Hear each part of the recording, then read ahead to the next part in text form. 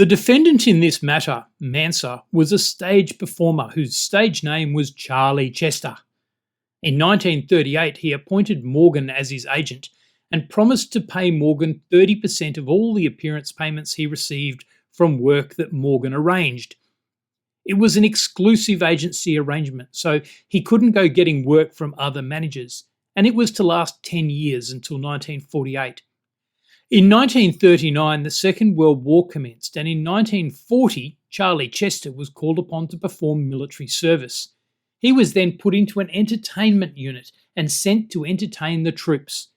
He remained in the army until 1946. Naturally, during that time, he did not take on any engagements organised by Mr. Morgan. After the war, Charlie Chester was offered and took up some stage work and some work with the British Broadcasting Corporation, the BBC, without that work being organised by Morgan.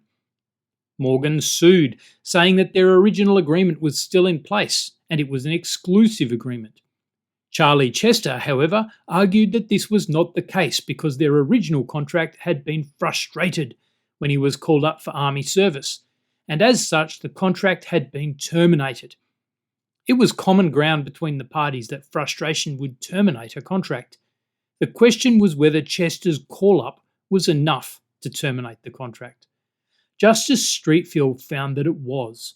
He said, if there is an event or a change of circumstances which is so fundamental as to be regarded by the law as striking at the root of the contract as a whole and as going beyond what was contemplated by the parties, and such that to hold the parties to the contract would be to bind them to terms which they would not have made had they contemplated that event or those circumstances, then the contract is frustrated by that event immediately.